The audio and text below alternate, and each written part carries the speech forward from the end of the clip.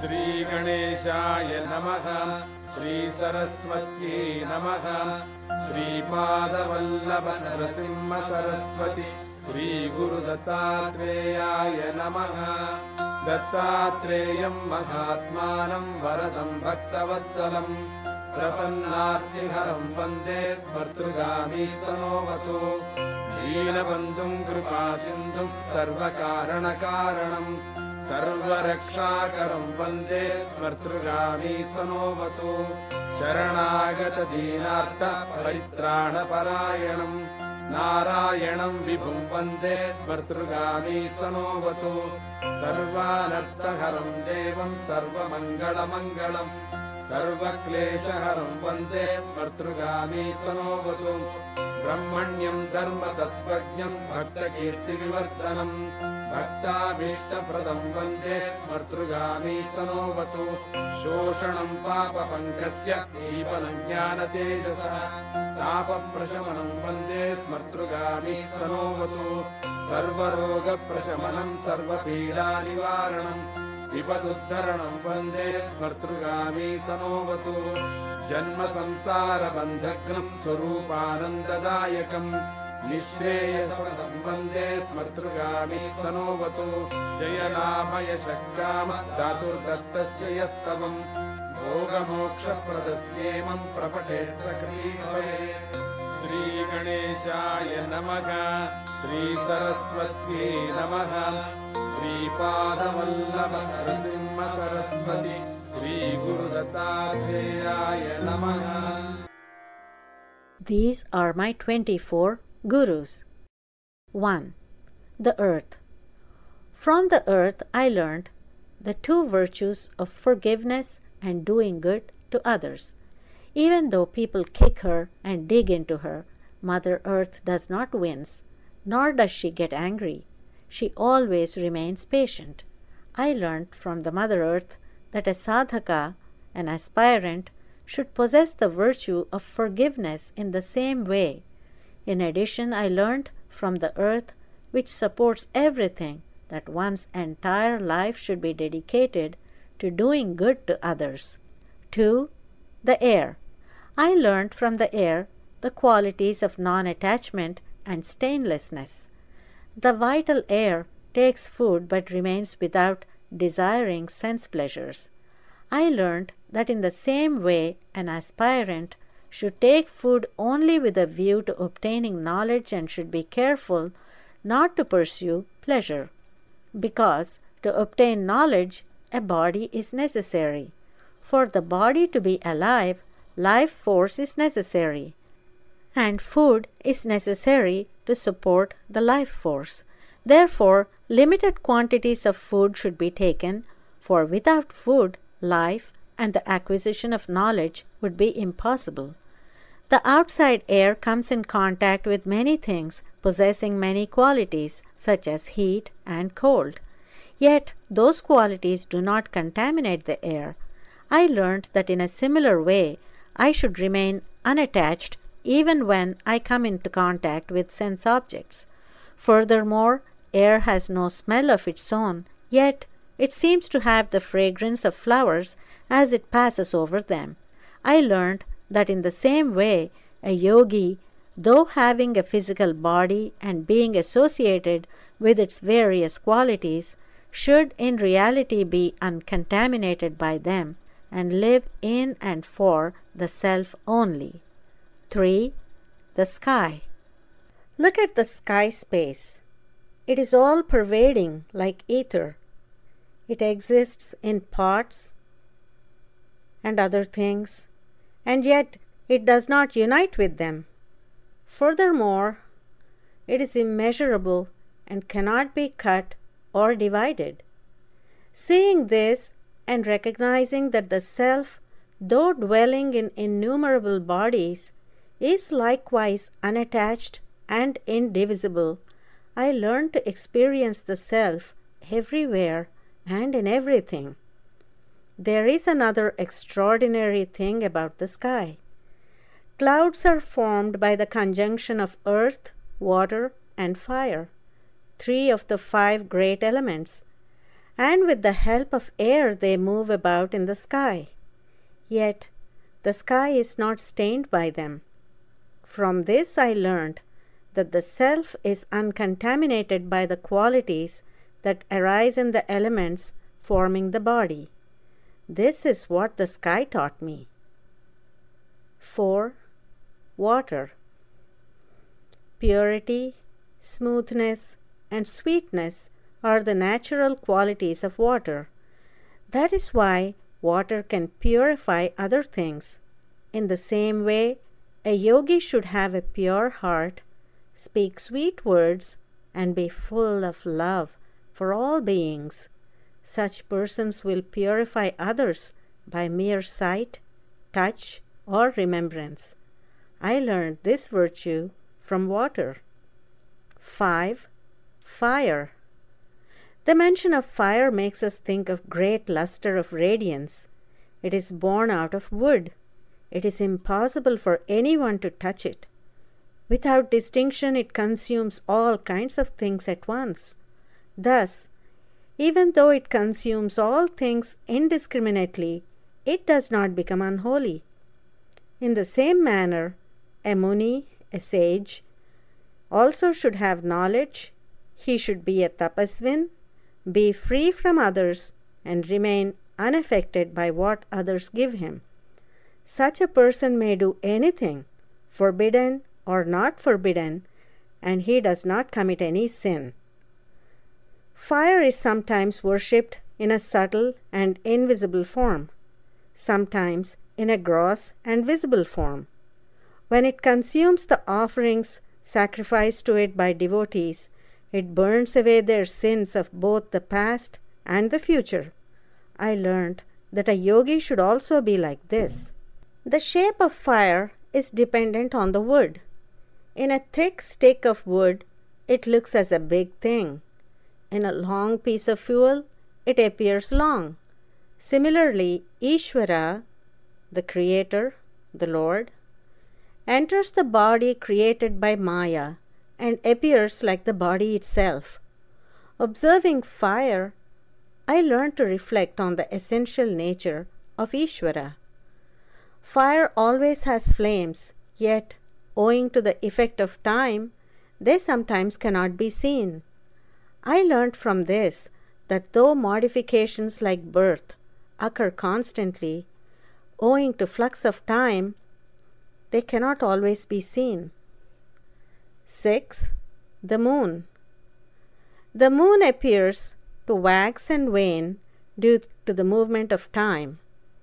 Yet if we think about it, we see that the waxing and waning are not of the moon, but of its luster. From the moon I learned that the 6 objects of sense are of the body and not of the Atman. 7. The sun. The sun sucks water from the earth with its rays. At the appropriate time, it returns the water to the earth again. Similarly, a yogi should accept the objects of the senses without any zeal or greed. When deluded persons see the sun reflected in water or mirrors, they think that there are many suns. But in reality, there is one sun that appears as so many reflected images. From this I learned that though Atman is one only, he is conceived of as many by those with deluded intellect because of the distortions of the mind. 8. The pigeon. I learned from the pigeon that too much attachment or friendship with anyone inevitably results in affliction. There is a story which illustrates this.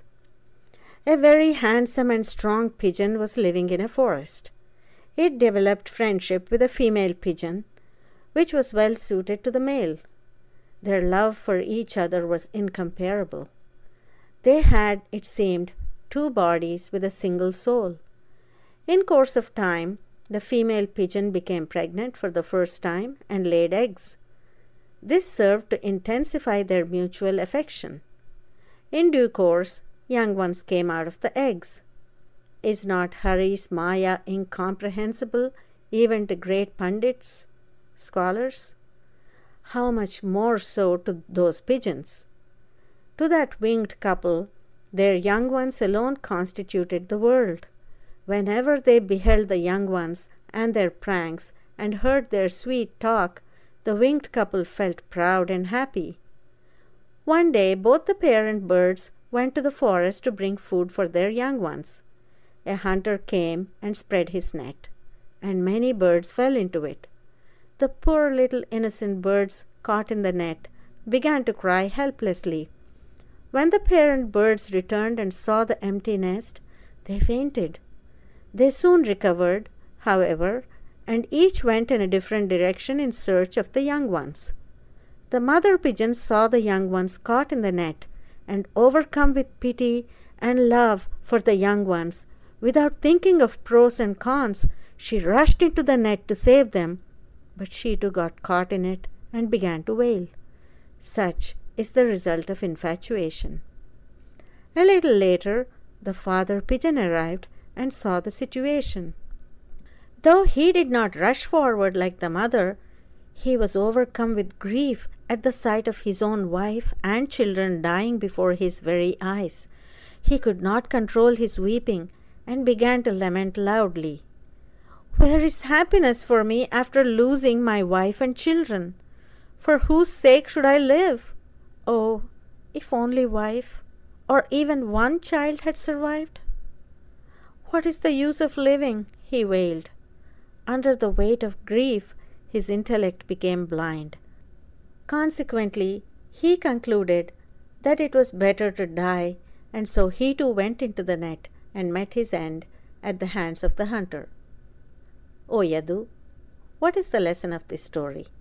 When one lives in dualities, instead of reveling in the self, one easily succumbs to infatuation and passion.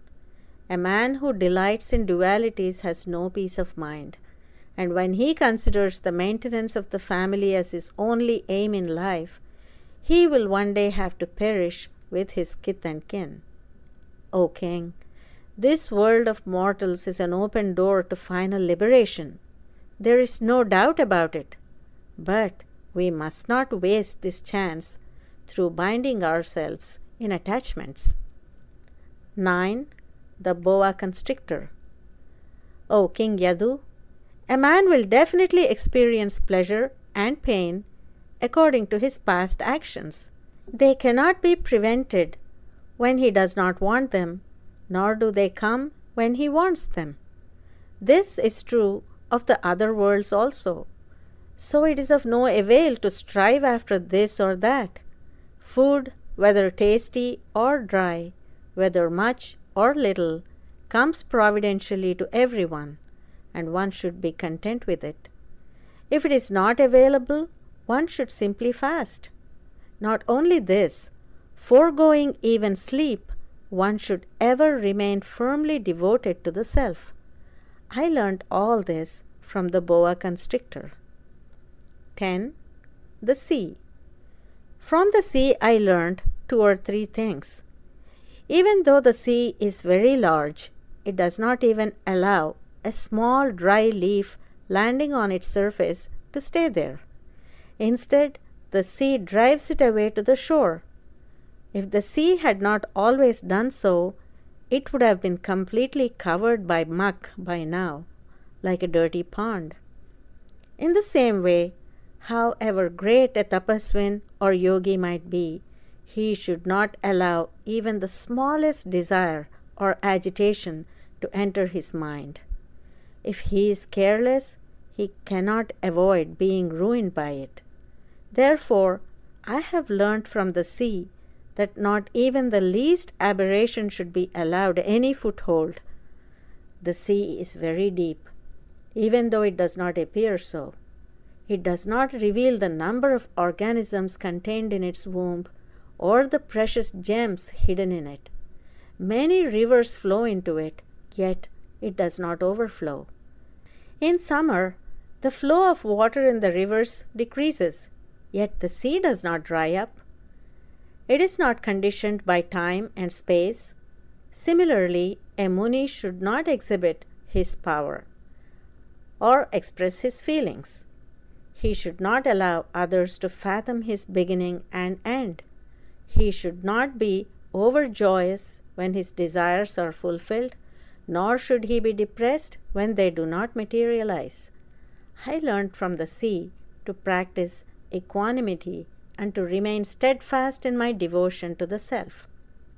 11. The moth. Deluded by the flames of the fire, the moth rushes towards the flames and gets burnt. Similarly, a man is attached to a beautiful woman, bedecked with ornaments and walking coquettishly. He becomes infatuated with her without realizing that it is an illusory toy, a device to entangle him in the whirling wheel of samsara, succession of births and deaths. And Prakriti, illusion in disguise, believing instead that he is embracing happiness. He thereby forfeits both this world and the next and drowns in the darkness of ignorance. In the same way, a woman, seeing an attractive man, is deluded and gets caught in the wheel of samsara. Therefore, I learned from the moth that I should not fall victim to the delusion created by the sense organs. 12. The bee. I learned 3 things from the honeybee.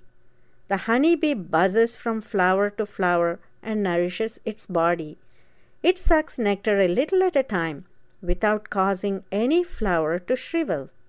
In the same way, a muni should go to the houses of householders and obtain alms without obtrusiveness, content with whatever is given to him. The bee gathers nectar from almost every flower.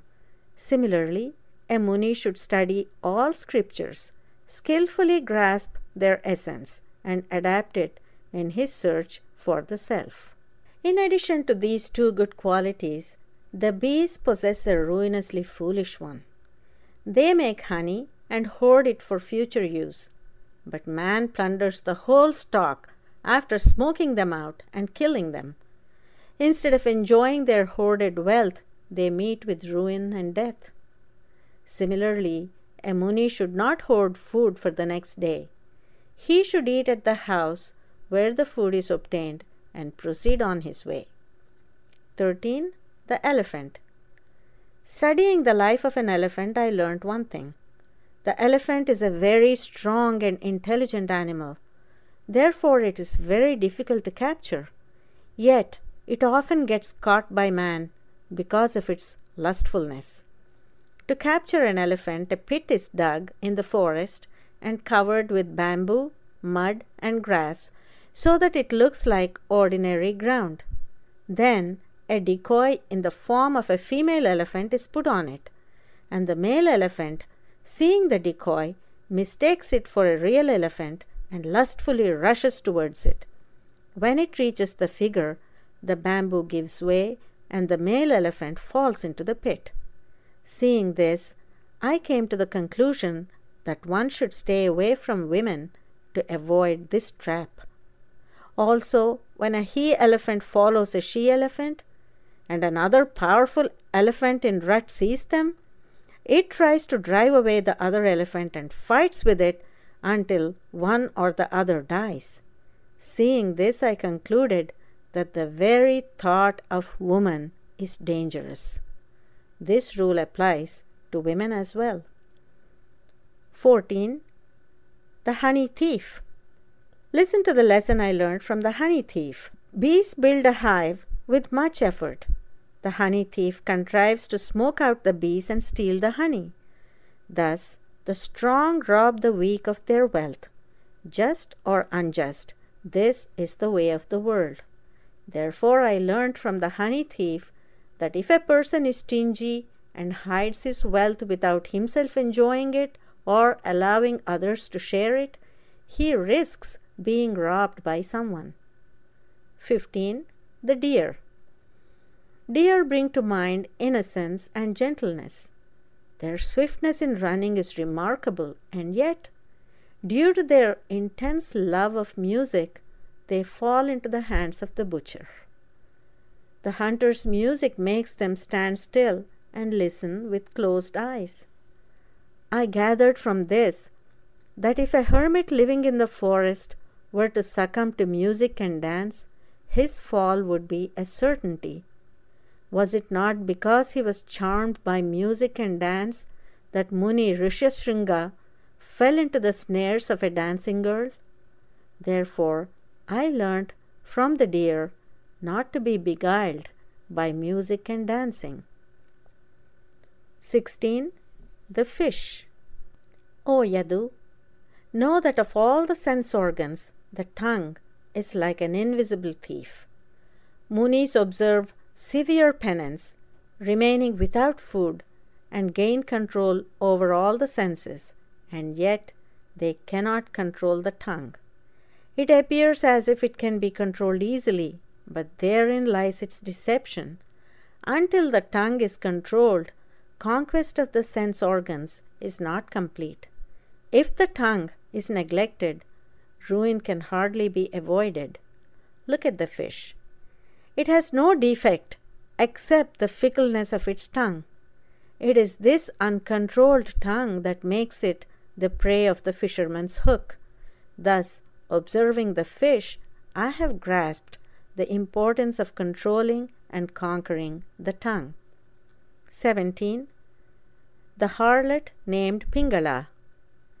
Pingala was a harlot, and I have learnt from her also.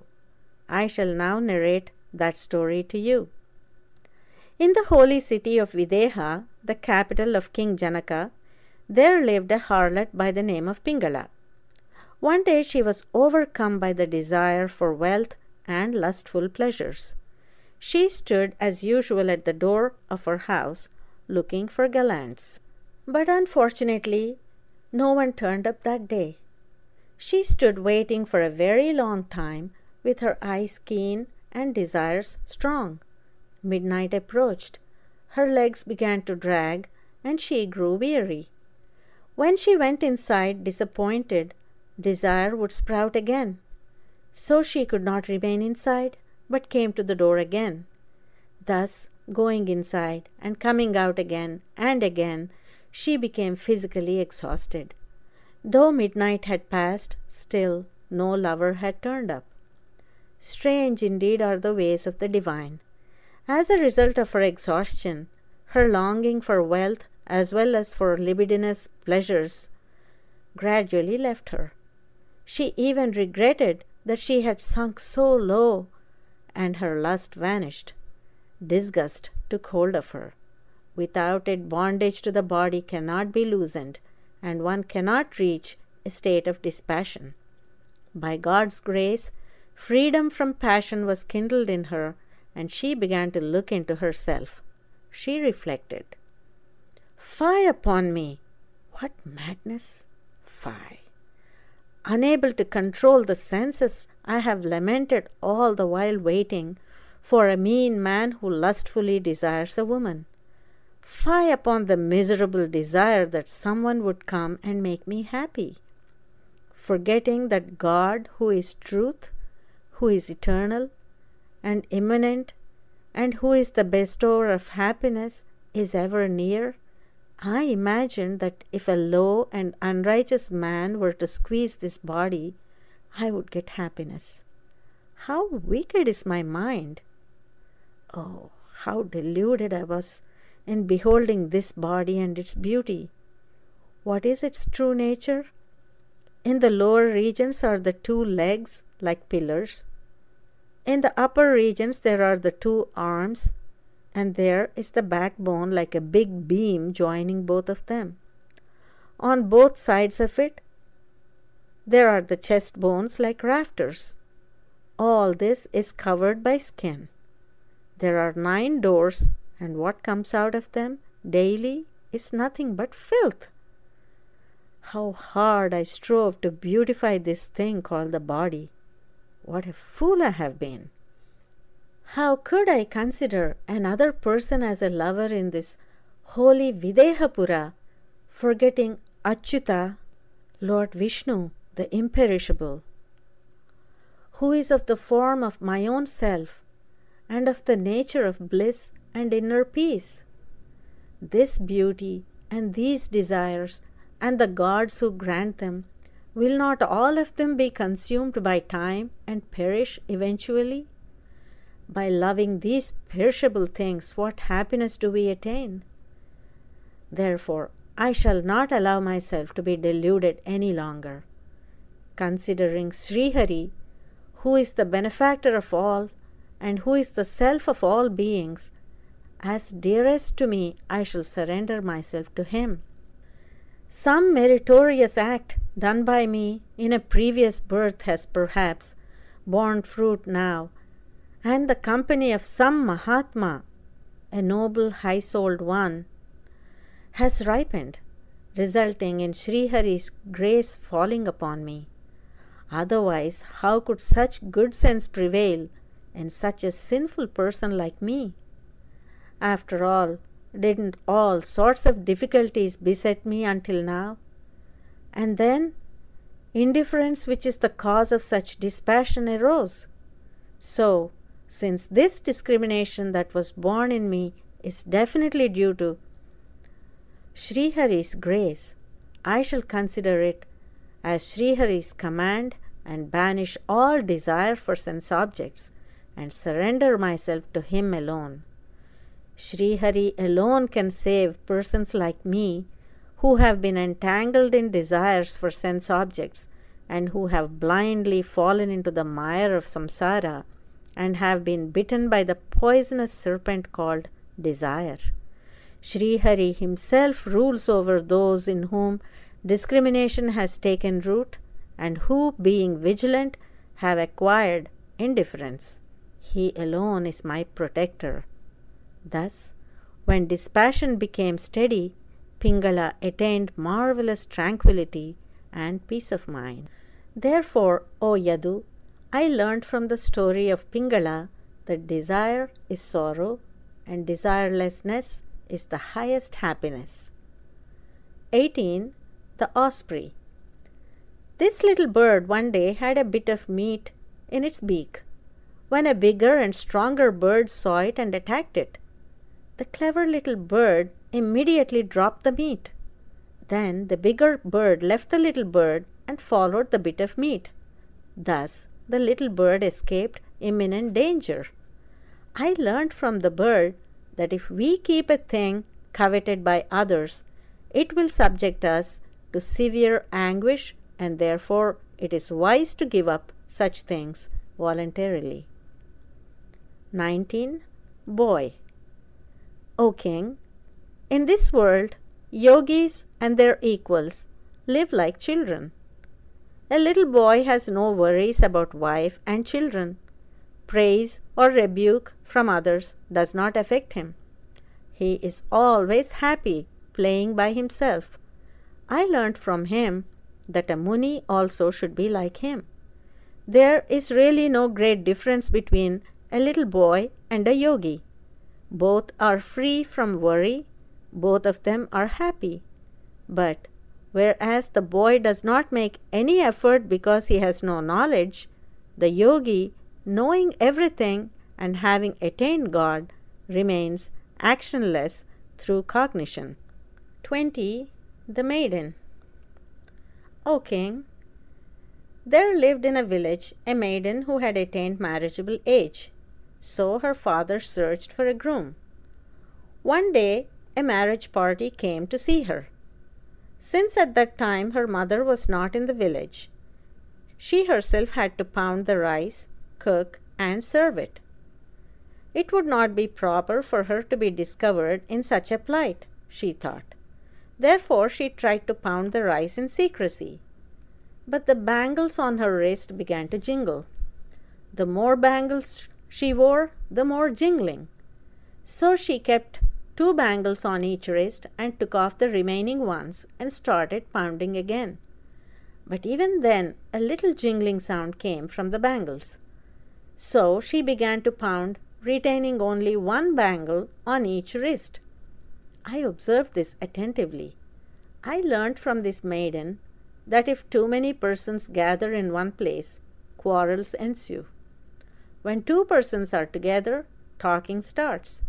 Therefore, a yogi should always remain in solitude. 21. The arrow maker. One is surprised at the concentration of the arrow maker. While making arrows, his mind is so concentrated that even if a procession of the Maharaja, accompanied by band players and dancers, were to pass near him, he would not be aware of it. All his interest and diligence goes into the making of the arrow. Similarly, O king, a yogi should develop dispassion gradually. He should learn to sit still for any length of time and then practice to arrest the vital air in his yoga. Then the mind will become still. If such a stilled mind is directed towards Sri Hari, vasanas, impressions and tendencies generated by karma will be burned to ashes. Then the sattva guna will arise and subdue rajas and tamas, resulting in the destruction of agitation and laziness. The goal is the state of samadhi. He who reaches this state will have no knowledge of either the inner world or the outer. He will have no notion of duality. I learned this from the arrow maker. 22. The snake. O king, you will have observed that the serpent moves about alone. It is never absent-minded, but is always vigilant. Although it has 2 tongues, it does not make foolish noises. If this body is a momentary abode, why should a house be built for it? Furthermore, householders know from experience that when a house is built, many worries and troubles follow. The serpent, instead of wasting its time building a shelter, lives happily in a hole built and deserted by white ants. Observing this, I learned that a Muni also should follow this example. 23. The spider. O king, the spider has taught me about Parabrahman, the ultimate reality which transcends Pradhana, Prakriti, primordial matter, and Purusha, the supreme being existing from the beginning. It also has taught me how the processes of creation and destruction are caused by that reality. The spider stirs the threads in its stomach and causes them to come out of its body, and with this material it weaves its web. Observing this, it occurred to me that the process of creation also takes place in the same way. Narayana, who is the Absolute, creates the universe in the beginning through Maya, but at the time of dissolution, dissolves it again. Then all the gunas, sattva, rajas and tamas, attain the state of evenness. This evenness itself is pradhana. This pradhana is an attribute of Purusha. Then Narayana, who is the Lord of Pradhana and Purusha, who is beyond all differences and who is of the blissful form of the self, alone remains. When the desire to create comes to him, Narayana shakes up Maya, consisting of the 3 gunas, so as to produce a thread possessing creative power. The thread creates the ego and the world of multiplicity. That creative thread is the original cause which is responsible for the universe characterized by multiplicity and variety. And when he so wills it, Narayana swallows it up and remains changeless again. I learnt all this from the spider. 24. The insect. A certain kind of bee catches an insect and, keeping it in the nest, it goes round and round the creature, buzzing loudly. Out of fear, the insect stares hard at the bee, concentrating its mind completely on it. By doing so, the form of the insect gradually undergoes a change, and it takes on the form of the bee. Similarly, men also obtain the form of those on whom they concentrate their minds completely out of fear or devotion or out of hatred or friendship. If a small insect can transform its body, can there be any doubt that man possessing intellect and the faculty of meditation and concentration will be liberated after the body goes and obtains the same form as the deity on which he meditated? This I learnt from the insect. King Yadu, as you have performed extraordinary penance, I have narrated all this to you out of love. These are my 24 Gurus. O King, I shall reveal to you a fundamental secret. I mentioned 24 teachers, but in reality, every atom in the world is a teacher to me, indeed to everyone. All those who know the truth got them by their own mind, endowed with discrimination. Ultimately, it is the mind that teaches both good and evil in all beings. Therefore, the original teacher to all is the mind itself. There is no doubt about this. A man who wants to understand the nature of virtue will discover through the analysis and the examination of direct perception and inference that mind alone is the teacher. In this world, God has created many diverse beings, such as unipeds, bipeds, tripeds, quadrupeds, and multipeds, and beings with no legs. Yet, His love is for man, because he alone is an intellectual being who through examination and discrimination can understand the God principle residing in all of them as their inner self. Men who are experts in yoga can know easily the God principle in this very birth. Man possesses the faculty of investigation. Body, senses, and intellect, all these are inert and dull. Therefore, they cannot shine. However, the body, senses, and intellect are instruments for us to use. The human body is very dear to God because it is the substratum for the search for discrimination and truth. Therefore, we should take care of it well. But, O King, this body itself is the first deceiver. I have learnt much from it. From every point of view, the body always produces suffering. It cannot escape birth and death. That is why I have no attachment to it. How much suffering people endure in their attachment to the body. They acquire a wife, children, servants, friends, and wealth. They love, protect, and nourish them and suffer all kinds of affliction for their sake. But to what end? Life will and has to end. The body will and has to die. Can the wife and children who surround him prevent this? Then why is there such an excessive attachment to them? This body will not simply die. It dies only after acquiring enough sins and merits to create another body. The misery caused by the body will not end with the body. It creates another body. This is like a seed dropping from a tree and sprouting to become another tree. There are millions of desires. The sense organs and the organs of action tease and torment man, and yet dispassion does not arise. O King, on account of this, attachment to the body is foolish.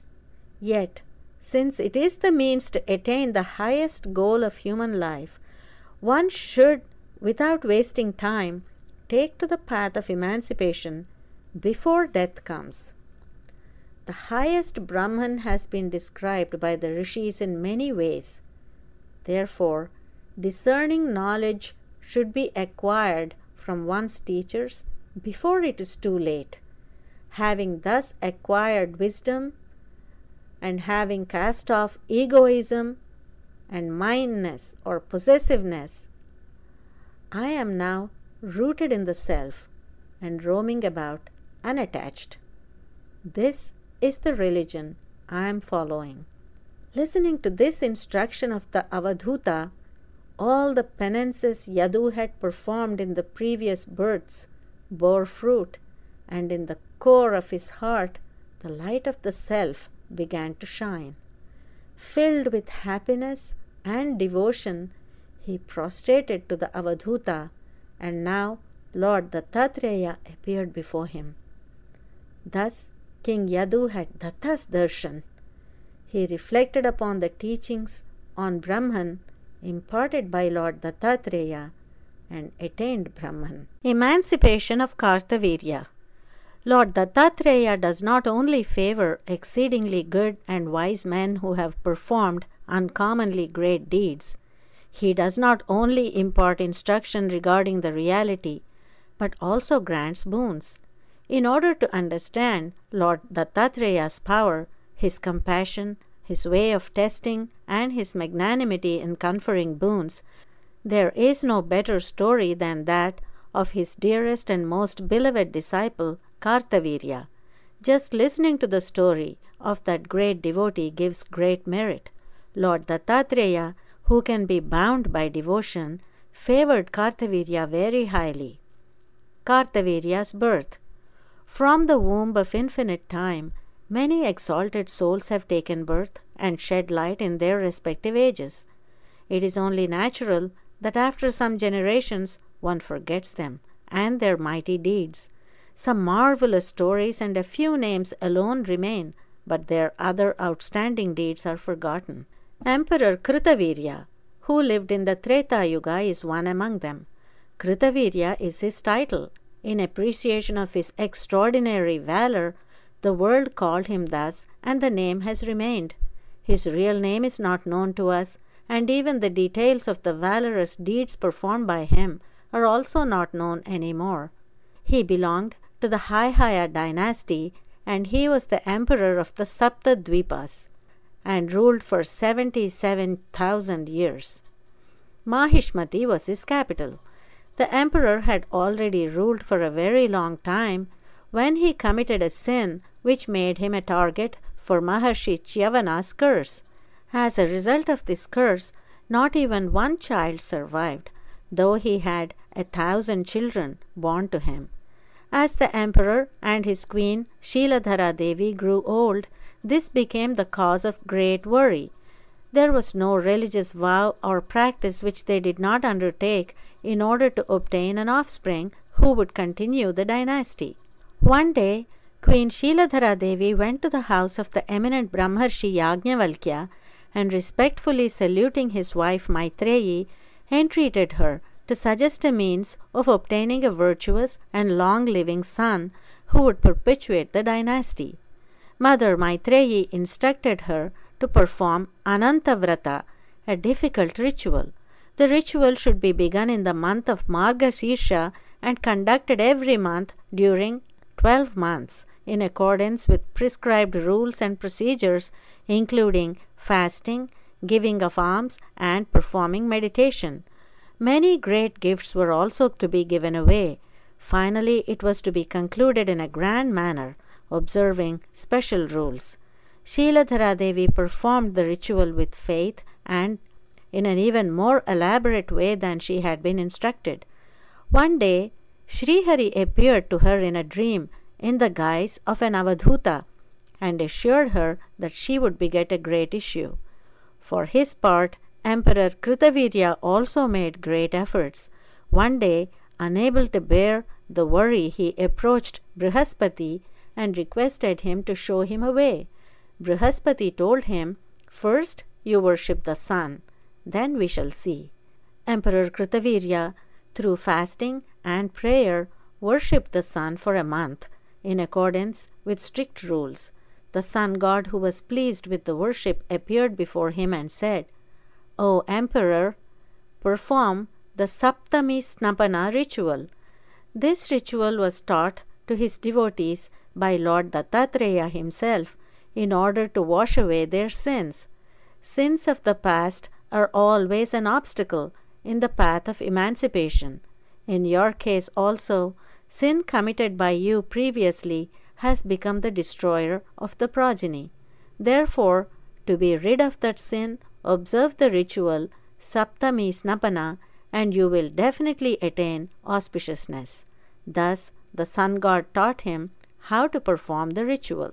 If a wife whose offspring have not survived conceives, then this ritual has to be performed on the 7th day of the bright half of the month during the 7th month of her pregnancy. It is very difficult to perform. During the ritual, a number of deities like the sun, Rudra, Saptamatrikas and Rudra Matrikas are to be worshipped, and homas are to be performed for each deity. Finally, Abhisheka is to be done to the couple performing the sacrifice with waters of the Ganga and special mantras. Gifts are to be given in plenty. Not long after she had received this initiation from the sun god, Shiladhara Devi became pregnant.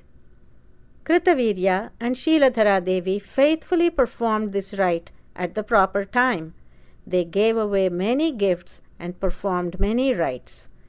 As the months passed, a shining celestial wheel of light with dazzling brilliance appeared in Shiladhara Devi's dreams. But one part of the wheel was broken and crooked.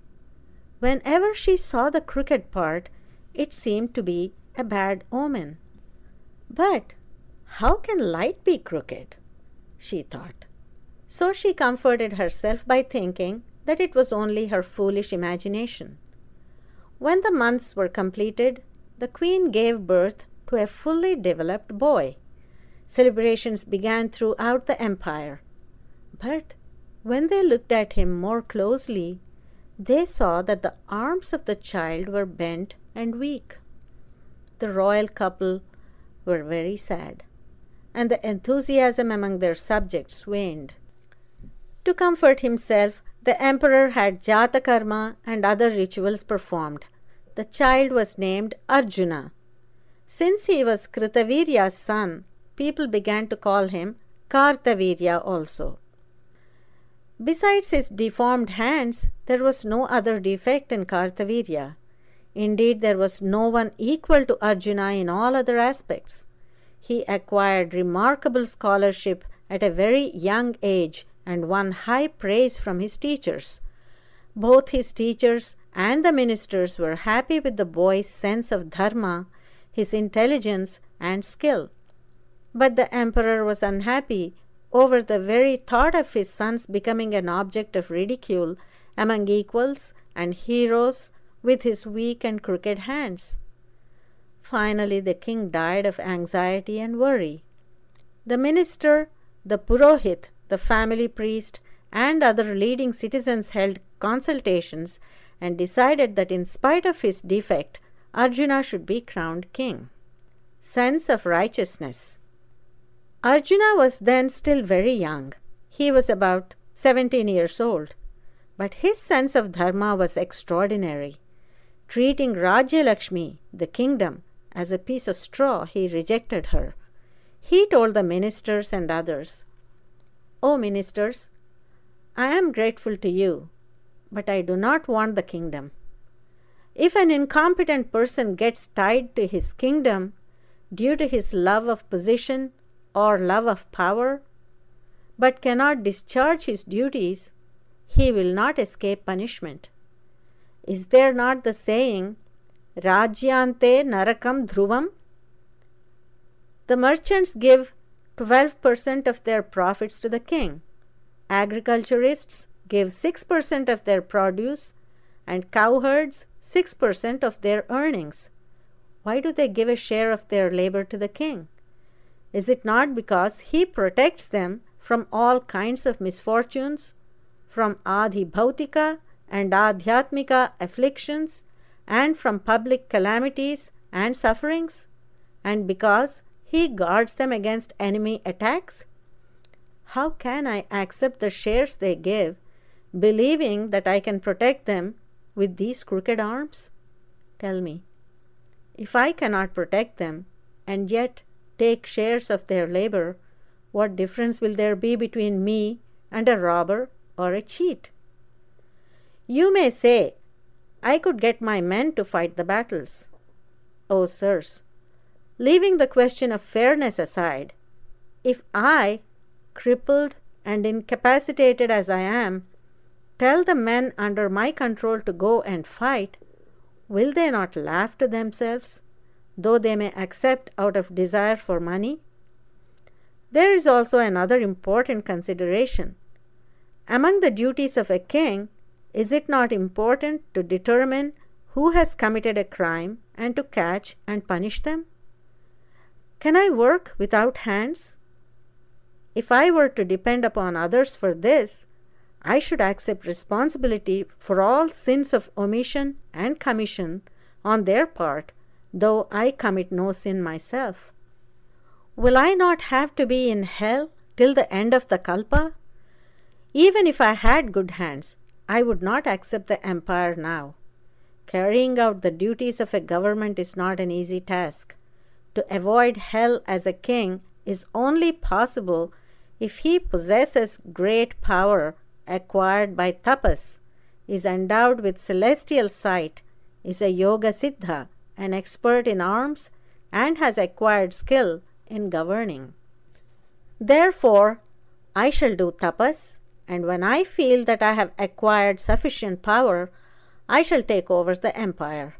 I could not bear the burden of guilt if I took over the empire now. Do not compel me. Hearing these words, which were like victory flags flying on the peaks of Dharma, the ministers, priests, and others were all impressed and surprised. Muni Garga, one of the ministers, was very much pleased. He told Kartavirya, Son, if this is your will, I have an expedient to suggest to you. For the purpose of protecting the world, Lord Dattatreya, born with the aspects of the Trinity, is residing in the Sahyadri mountains. He is the one and only Acharya, preceptor, for yoga. He looks upon everyone equally. Go and serve him. He alone can satisfy your desires. The moment he heard the name of Lord Dattatreya, the hairs on Kartavirya's body stood on end. He questioned Muni Garga politely. Sir, how can you say this with such certainty? Muni Garga laughed. He narrated in detail the complete story of the destruction of Jambasura and then added, Child, will not that Supreme Lord who did so much for Indra do this little favor for you? That is why I am so convinced. But there is one difficulty. The Lord is a severe tester. He is an Avadhoota. He transcends both dharma and adharma. The disguises he assumes and the acts he performs to test the intensity of our devotion are too numerous to mention. Have I not already informed you of what Brihaspati told Indra about them? Therefore be careful. If you can stand the severity of his tests, your request is simple for him. There is no doubt about it. Attainment of boons. Having heard these words and obtained the blessings of the elders, Kartavirya left for Sahyadri. He reached Dattatreya ashrama and, taking refuge at Datta's feet, served him with great devotion.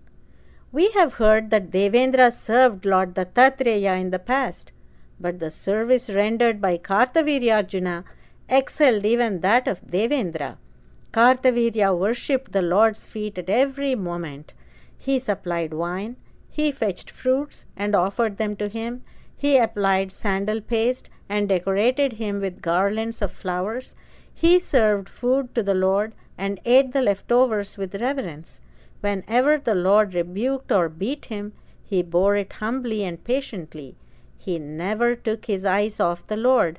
He did not put counter questions and never allowed any doubt to enter his mind.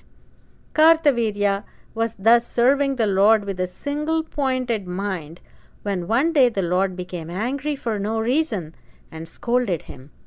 Both of his twisted hands were scorched. Lord Dattatreya was pained very much when he saw the dejected Kartavirya and took pity on him, saying mildly, "O Prince, you wanted something good, but something bad is confronting you. This is what happens when you serve low, unworthy ones. You came here with the hope that you would obtain power and strength in your arms. It is true, of course, that I possess a little power of upasana, worship and service. But on account of my having fallen under the influence of this wine and these pleasures, and having thereby lost my wits, the help you could have had has now slipped away. Acting on something someone told you, you have come here with high hopes. You have wasted your time. Well, what has happened has happened. At least now, you had better leave this drunkard and choose a worthy man to serve." When he heard the Lord's words, Kartavirya burst into tears. But the words of Gargamuni came back to his mind. With humility he addressed the Lord. "Gurudeva, you are the Lord of Maya. You are the ancient Purusha. You are not a human being. The Devi who is with you is Rama Devi. Lord, I am a fool. I am insignificant and crooked-minded. When under the influence of your Maya, unable to understand your truth, even Brahma, Indra, and others are deluded, then what about me? When you yourself want to delude us, O Father, then who can be our refuge? My Lord, even if I lose these two hands and my legs, I cannot let go of your feet. I shall not give up serving you." Pleased at Kartavirya's determination, Lord Dattatreya showed him his true form and said lovingly, "Arjuna, ask any boon you want." Kartavirya prostrated and prayed, "O Lord, dharma, righteousness, and artha, wealth, should prosper in my rule over my subjects. I should be able to know the thoughts of others. No one should be able to defeat me in battle. I should have 1,000 arms. I should possess the 8 supernatural powers, and I should be able to move on water, in fire, in the sky, and on the earth without any obstruction whatsoever. Anyone in my kingdom should be able to get back lost articles by merely remembering me. I should always have gracious guests. My treasury should never be empty. Lord, whatever a man may do, he cannot escape death. But grant me the privilege of dying at the hands of a great hero. Lord, if a man gets so many powers, he is likely to become arrogant and go astray from the path. Therefore, bless me with the boon that whenever I go astray, elders should be with me to advise me. My Guru, my Lord, above all, grant me the boon by which my devotion to you will remain steadfast." Thus, without faltering, Kartavirya sought all the boons he wanted. Smiling graciously, Lord Dattatreya said, "Kartavirya Arjuna, I grant you all the boons you have asked for. In addition, you will become a powerful emperor. I shall give you a celestial chariot. May auspiciousness come to you." He blessed him with great pleasure. Again the Lord said, "Kartavirya, I am filled with joy by your devotion. Therefore, I shall grant you one more boon. This day, on which you obtained so many extraordinary boons, is certainly a great and memorable day, not only for you, but also for the whole world. Today is the 8th day of the dark half of the month Margasirsha. This virtuous woman, who is my constant companion, is Anagha Devi. The 8 supernatural powers are our progeny. Since you worshipped me and Anaghadevi and obtained the 8 supernatural powers as well as the other boons, this day will be known as Anaghashtami. This day will be very dear to me. Those who observe Anaghashtami, worshipping me and Anaghadevi every year, shall be free of sin. I shall completely rid them of sins committed in thought, word, or deed. Thus, this ritual will bear the name Anaghashtami Vrata.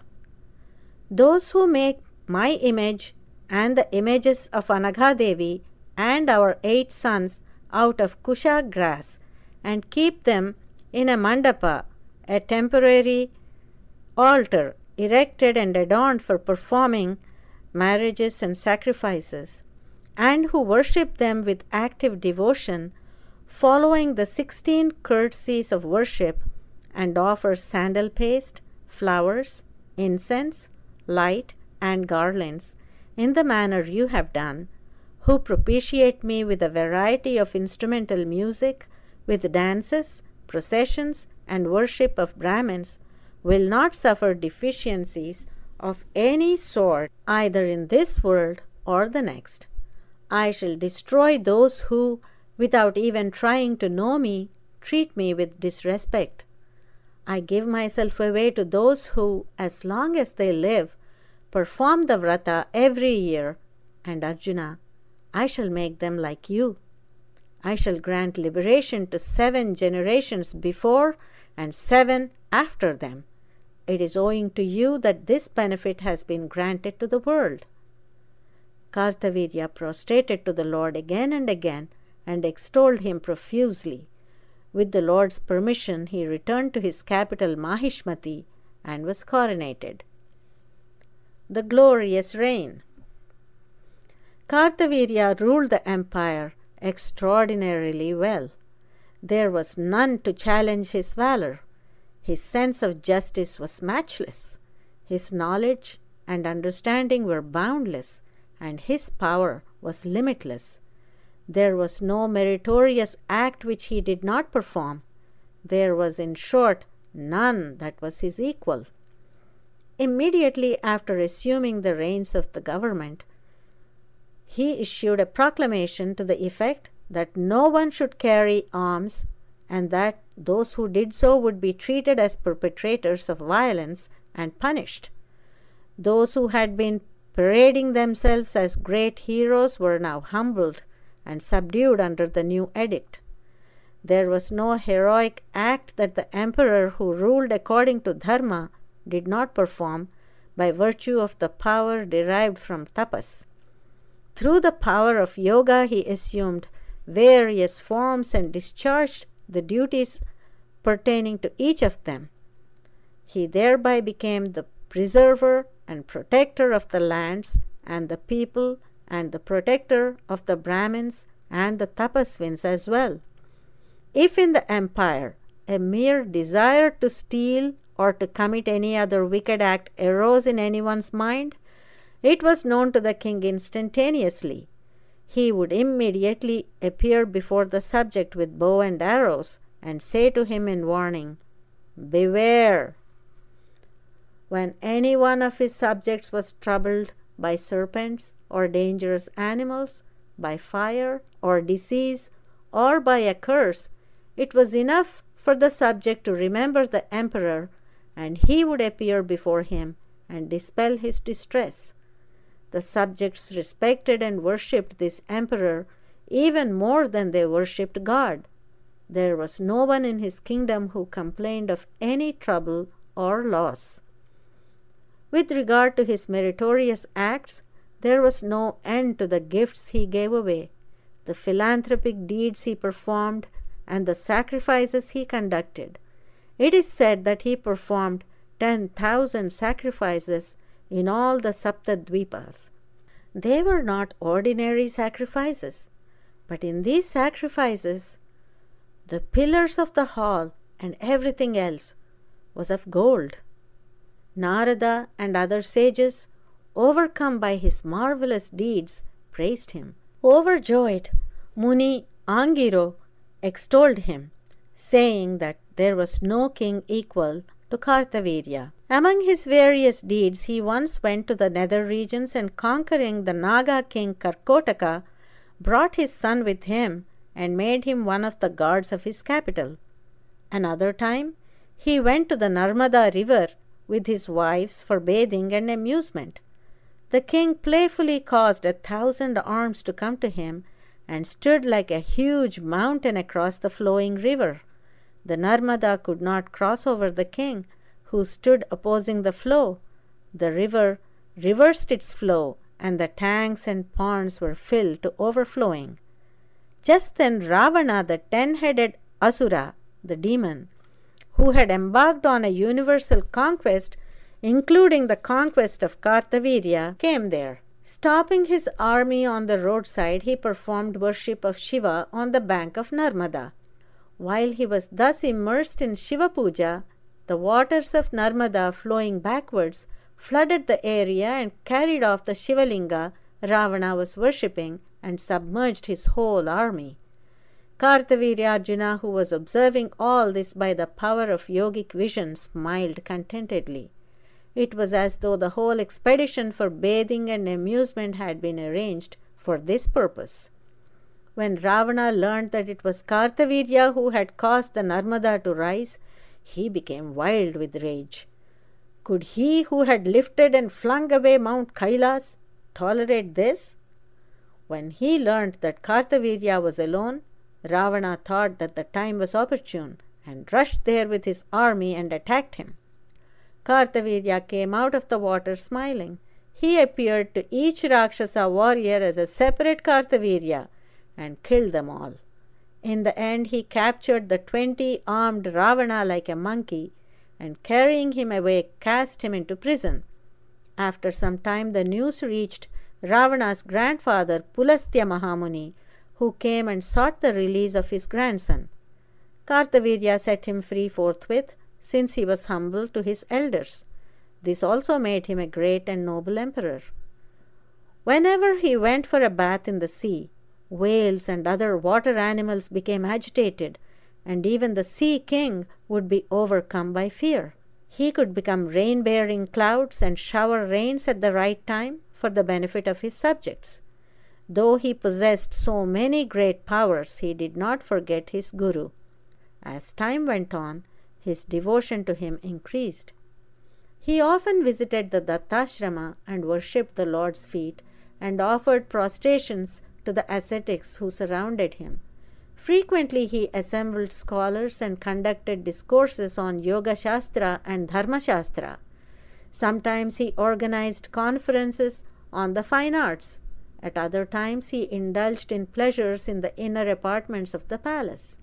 Whenever the occasion arose, he described to his subjects the reality of Lord Dattatreya, his greatness, and his teachings concerning Dharma. Thousands of years passed in this manner. He lacked nothing, and the grandeur of Kartavirya's life surpassed even that of Mahendra. Jnana Yoga. The elders say that if one worships God even with desires, the result will not fail to come. For Kartavirya, who worshipped Lord Dattatreya for many thousands of years with unwavering devotion, how could it be otherwise? As time passed, he grew old, and after having enjoyed an abundance of pleasures, his mind gradually turned toward a more discriminative life. The words the emperor had heard while sitting near Lord Dattatreya and the scriptural discussions he had had with various scholars began to echo in his heart. Though he possessed untold wealth, the emperor's mind began to turn away from the enjoyments of life. Dispassion gradually took firm root in him, although from the outside he seemed to be his usual self. An appearance of dignity and grandeur hid, however, his growing discontent, doubt, and uneasiness. One scripture may say that something is the final truth, yet another scripture may say just the opposite. What then is the final conclusion, the final truth? above all, what is the way to experience the ultimate truth? As time went on, such thoughts began to possess the emperor's mind.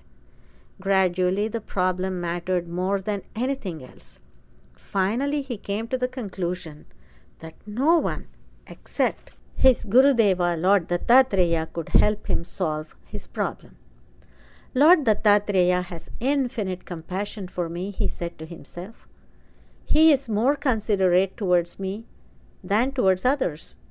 Thinking thus, Kartavirya left forthwith for Lord Dattatreya's place. No one went with him, for he wanted to go alone.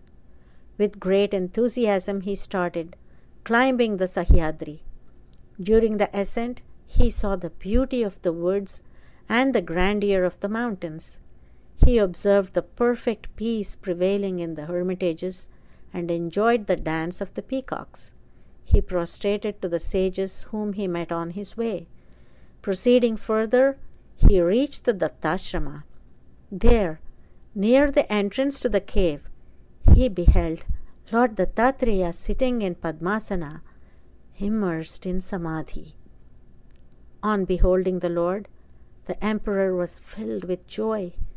It was the first time in thousands of years that he saw the Lord immersed in Samadhi, and this made him overflow with joy. It is not possible to say that Lord Dattatreya is this or that. He is neti, neti, not this nor that. Who knows what he has willed or decreed in his heart? In deep devotion, Kartavirya prostrated to the Lord.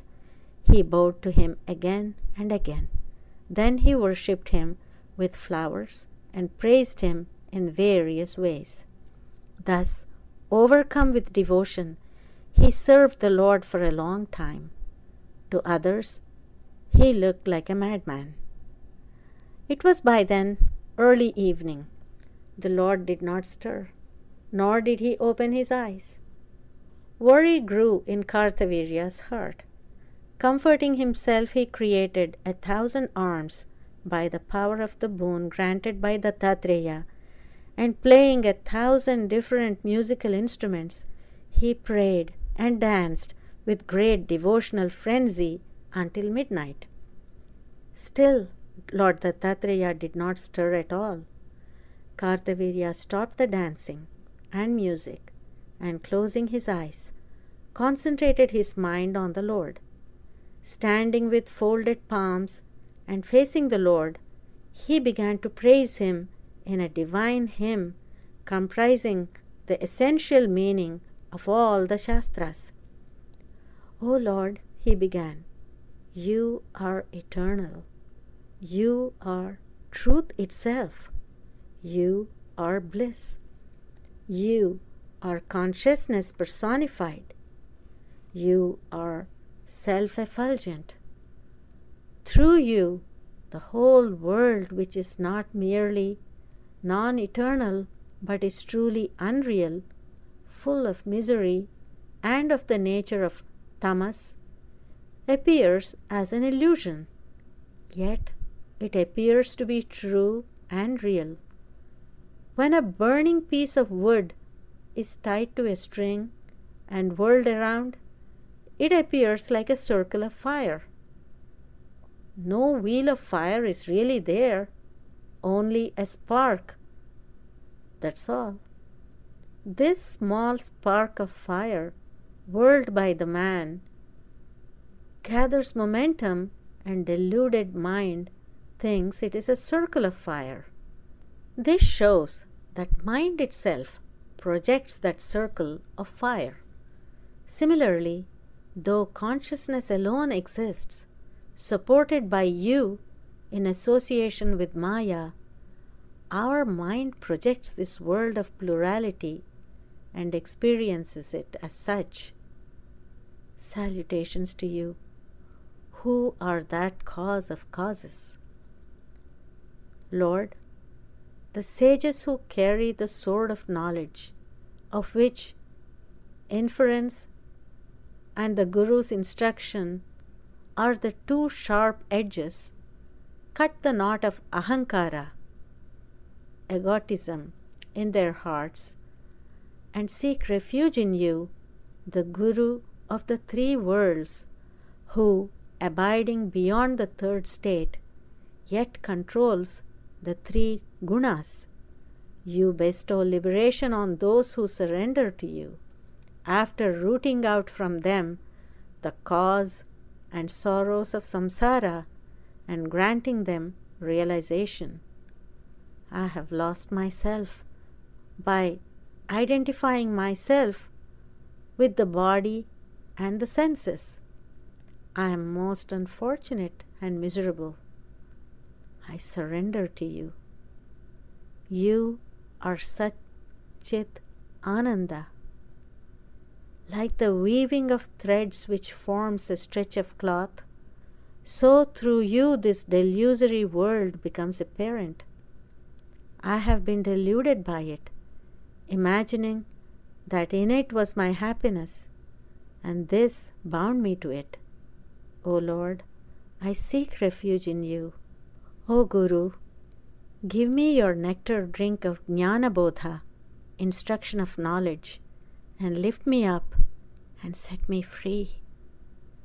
If the Vedas declare that even Brahma, Rudra, and others cannot know the supreme truth behind you, who out of your own free will and your own maya carry out the act of creation, sustenance, and destruction, then how can we, who are bound by karma and are given to sensual pleasures, know you? Lord, if you do not enlighten us, who else can do so?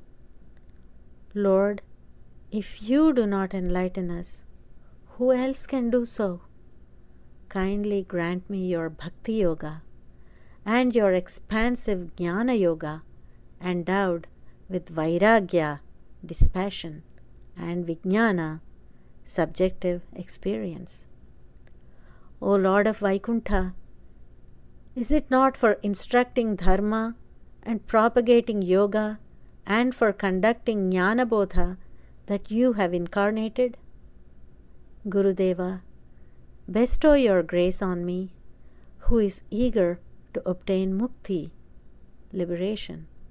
For the sake of rescuing those deluded ones who, like me, do not know the way to seek deliverance for the soul and who drift helplessly down the river of samsara, you take on different incarnations.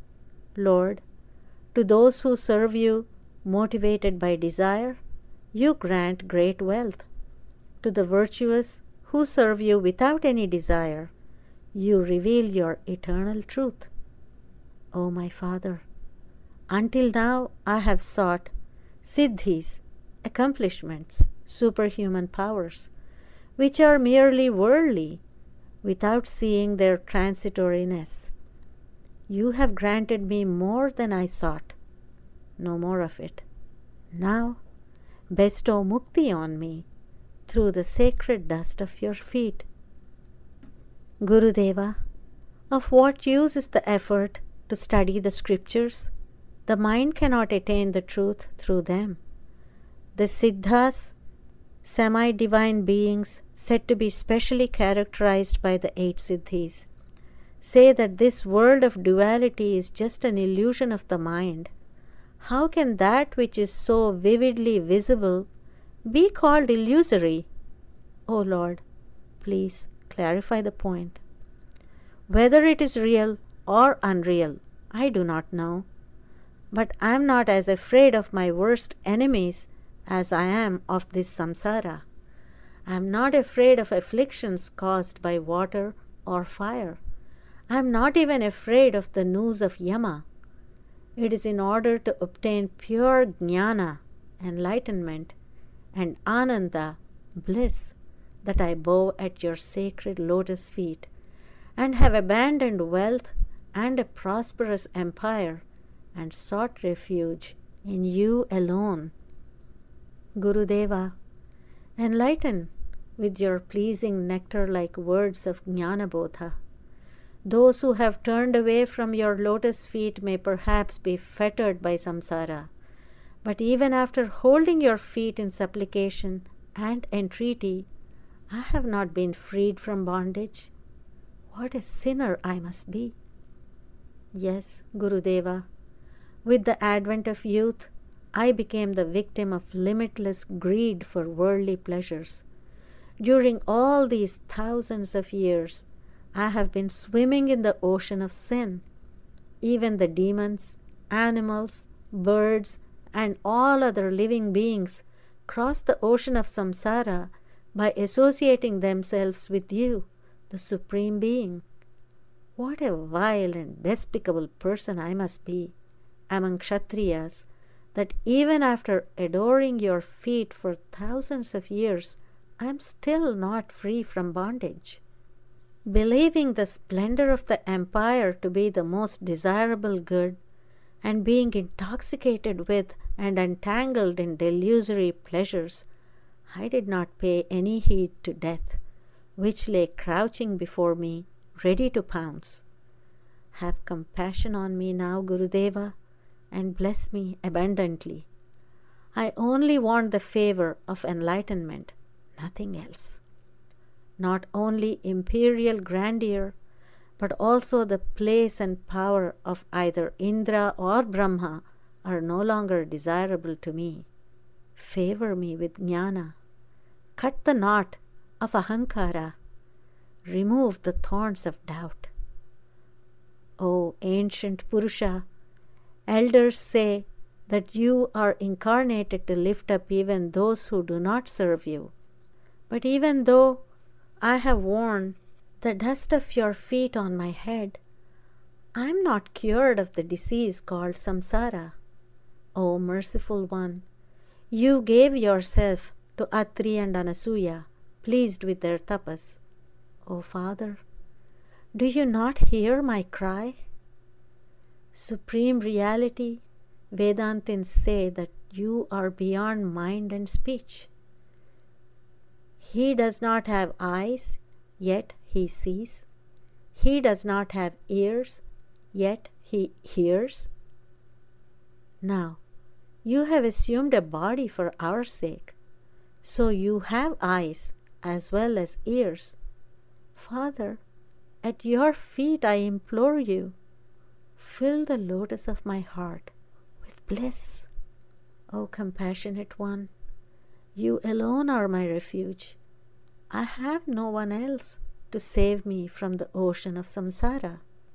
Namaste Pundarikaksha, Namaste Purushottama, Namaste Vishwavandyangre, Namaste Yoginam Vara, Prasida Paramananda, Prasida Parameshwara, Adhivyadhi Bhujangena, Dashtam Mam Uddhara Prabho. Thus, Kartavirya praised the Lord at great length, and also in many other ways. Only 3 hours of the night were now left. Even then, the Lord did not stir. The emperor was distressed. There seemed to be nothing he could do any more. With head bent, he stood by the Lord's side. Then thousands of Siddha Purushas came in celestial chariots and bowed to Lord Dattatreya, praised him, and seeing Kartavirya standing nearby, hesitated for a moment. Then bowing again to Lord Dattatreya, they went away. After this, thousands of Siddhas, Yogis, and Munis came from all directions to bow to the Lord's feet and to praise him. Later, Vanaprasthas, hermits, sannyasins, those who have given up all worldly attachments, Hamsas, ascetics of the highest order, Brahmins, proficient in the Vedas and Vedangas, Ahitagnis, Agnihotris, and many other residing in the Sahyadri, came in groups, bowed to the Lord, and praised him with several Veda mantras. By that time, signs of dawn appeared, and rays of light became visible in the east. The veil of darkness fled to the west and began to disappear. The stars disappeared also, and only the lone morning star, like Kartavirya, watched over the Lord. Then Lord Dattatreya came out of his samadhi, got up from his seat, and without looking at Kartavirya, went in the direction of the southwest. A Muni by the name Shantatapa appeared and offered water for his ablutions, after which he came back. Then a Muni by the name of Satyavak handed him a tooth-cleaning twig and water, with which the Lord brushed his teeth. Thereafter, a Muni called Vedavida came with garments made of bark and kusha grass and followed the Lord to the river. The Lord bathed in accordance with Shastric injunctions, offered tarpana to the gods, rishis and the mains, and performed the upasana of Aditya. He stayed there until noon and discharged the noon anhika and went southward. Receiving bhiksha from Mahalakshmi in Kolhapur, he returned in an instant and sat again on his seat. The bit of conceit that had lurked in Kartavirya's mind now vanished. He had all the while been standing in a corner silently and with folded hands. As long as the Lord was there, he shivered with devotion and piety, and bending down further, he stood humbly subdued in a corner. By then, many munis engaged in yoga came and stood around the Lord. Kartavirya fell back behind all of them. He could not stay in front out of awe and respect.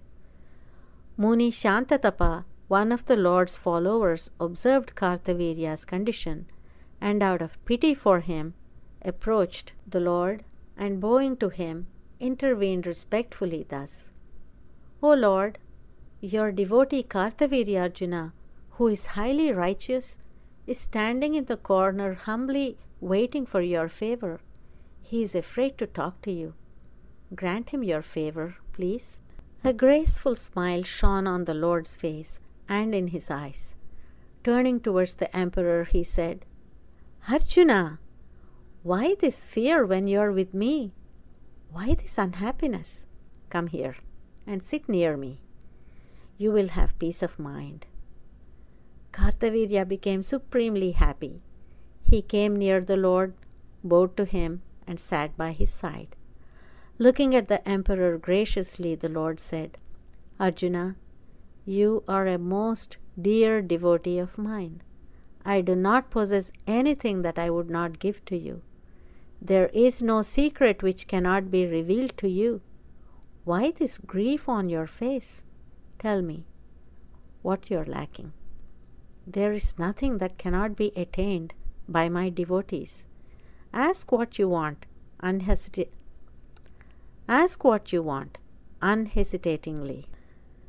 Sighing deeply, Kartavirya said slowly, The Munis declare that you alone are Sat, real, and Asat, unreal, gross and subtle, cause and effect, manifest and unmanifest, and that you are the Supreme Brahman. Some Vedantins also say, drawing on the authority of Vedantic declarations, that you alone are the reality, and the whole universe is unreal, like the silver of mother of pearl. Some other Vedantins argue, if it is unreal, how can it be perceived? Therefore, it is also real.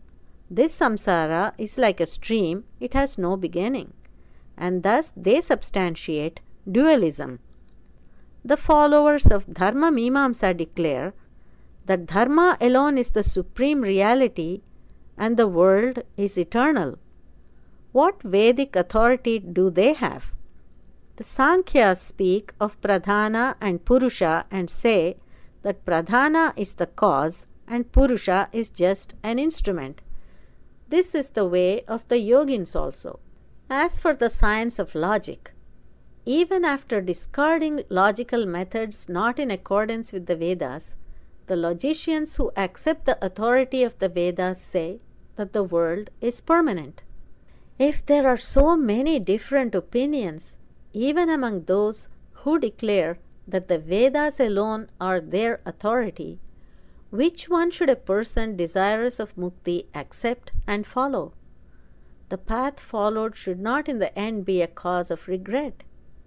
My Lord, there is no one who can clear my doubts. Please reconcile the various scriptural statements mutually opposed to one another and determine the path which seekers of moksha should follow, and show me the path to the supreme state which I should take. O Lord, if there is anything more to be learned, please teach me that also. The customs and practices of the good and virtuous in the world are many and varied.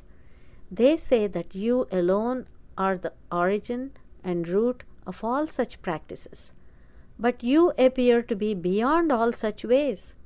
Is it possible to attain the Supreme without following any of these practices and even without special conduct? This also I would like to know. Lord, there is still another doubt. I have myself seen and have also heard from many that even Brahma, Rudra, and other gods consider you Parameshwara and bestower of food and liberation, and meditate on you. But you yourself are immersed in contemplation. Who is the object of your contemplation? Why are you engaged in meditation? Lord, I hope this is not improper conduct on my part, but please clear these doubts. By your grace, I have fully enjoyed my regal powers and pleasures. Enough of them, O Lord. I no longer want these worldly joys. Bless me with the last Purushartha, aim of life only. That is my highest goal now. I have surrendered myself to you completely. Not only the Lord, but also the Munis listened with respect to Arjuna's succession of questions. All the Munis were eager with single-pointed minds to hear and know what the Lord would reply. With a faint smile on his face, Lord Dattatreya began thus. O Kartavirya, you do not know how much happiness your words have given me. Through the praises you have sung, you have made known my true but secret nature. You think that I have not heard it. You do not know it was I who caused this praise to come out of your mouth. I shall destroy the bond of samsara of those who repeat your praise every day at sunrise. Now, your greatest wish is liberation. Have I not already said that there is nothing which my devotees cannot receive from me? I shall instruct you about the path to liberation without fail. But you have doubts regarding the scriptural statements. These doubts must be removed first. Otherwise, any instruction about jnana will not be understood. Therefore, let us first consider those doubts. Kartavirya, as you have said, the scriptures seem to be mutually contradictory, but they merely seem so. In fact, all the scriptures culminate through Sopana Nyaya, analogy of steps, used to indicate instruction step by step, gradual instruction, in non-dualism. But since these are different stages of understanding, all kinds of scriptures had to arise. Instead of searching for the logic which leads to the reconciliation of different stands taken on this question by the Shastras, listen to an old story which makes this subject easy to comprehend. The story is called Saptodaharini. Saptodaharini. In ancient times, there was once a rivalry between the Devatas and Rakshasas regarding Vidya, knowledge, and Viveka, discrimination. Brihaspati, the teacher of the Devatas, stressed the importance yama, comprising purity of intellect. On the other hand, the demons, under the tutelage of Shukracharya, followed the way of rituals to obtain victory and enjoyment. Brihaspati understood that on seeing the early successes achieved by the Danavas, some of the Devatas experienced doubts within themselves. Therefore, he himself wrote books on worldly subjects such as Kama Shastra, Science of Love, Dandaniti Shastra, Penal Code, Bauddha Shastra, Code of Buddhism, and Shilpa Shastra, a treatise on fine arts, especially architecture, and gave them to his disciples to read. One day when he was teaching these subjects, Devendra came. He had heard about it and wanted to see it for himself, his mind being quite agitated. Since the teacher was Brihaspati himself, he could not speak in haste.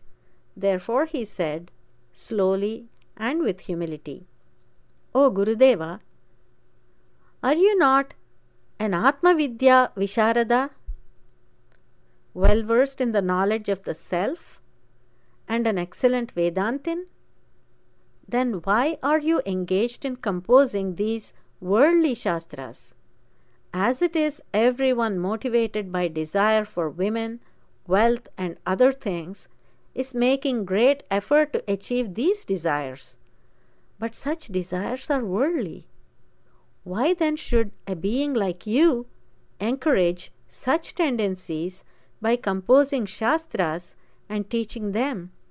This is indeed wasted labor and very unfortunate. Is it not like pushing a blind person into a well? All of us feel that those like you should not indulge in this business of creating such bad Shastras. But since you are doing this work yourself, we feel that it must have a deeper significance. Please, do not consider it as irreverence, but tell us what is on your mind." Hearing these words, the Guru of the Devatas laughed and said, "Devendra, there is nothing wrong in asking.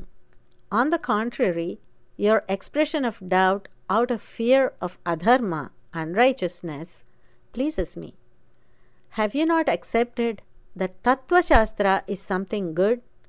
Purity of intellect forms the foundation, and compassion, truth, cleanliness, non-injury, and good conduct form the basic pillars of these Shastras.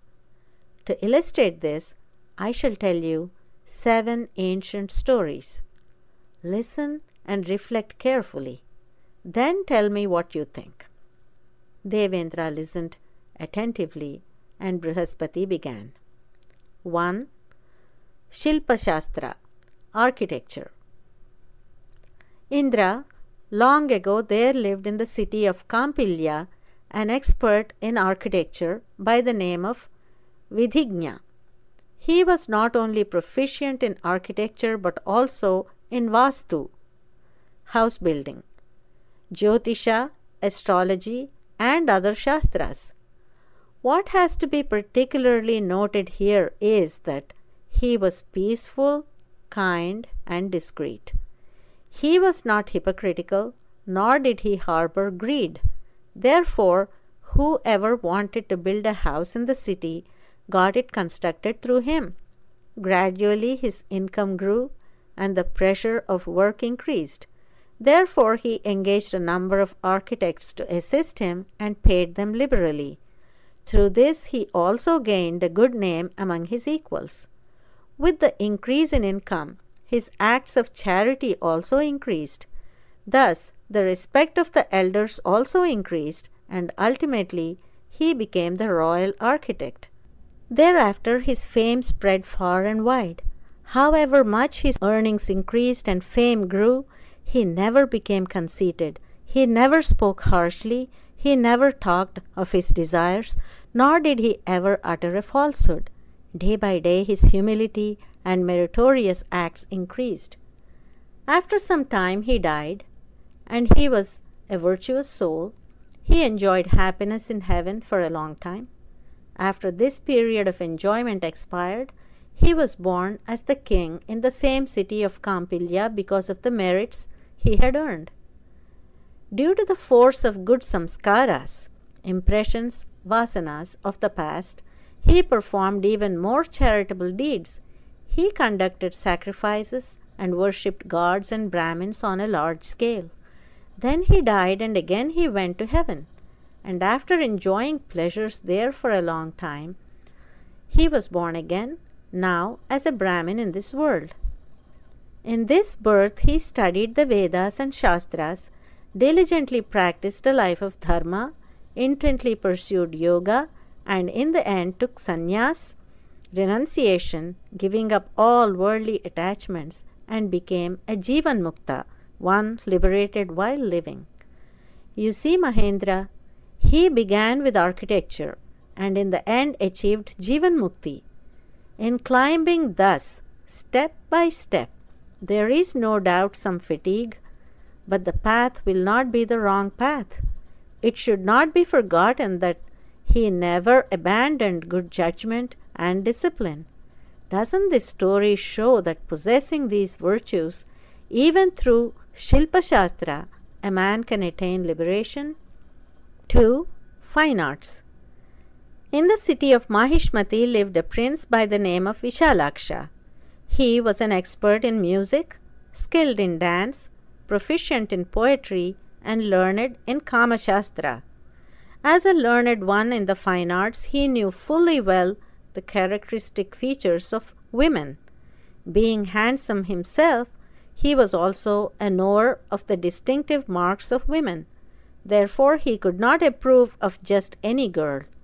Though he had passed marriageable age, he had decided to marry only if a girl possessing all the good marks prescribed in the Shastras could be found.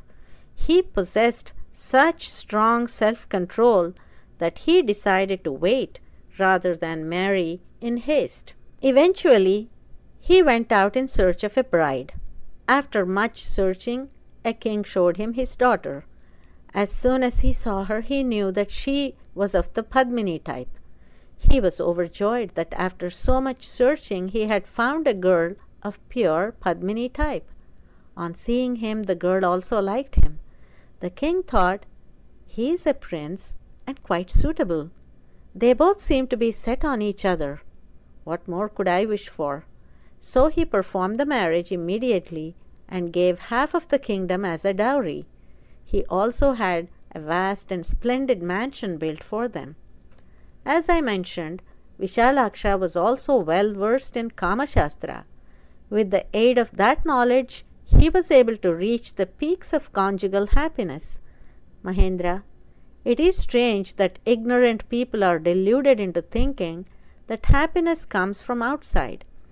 The wise infer that happiness resides in the Atman alone. In fact, the nature of the Atman is happiness. That is the truth. All the joys that seem to come from outside are indeed intuitions of the bliss of the Atman. So this young prince knew all the fine arts. He had a wife to his liking, and she was of the best type. Strength, wealth, health, everything was his.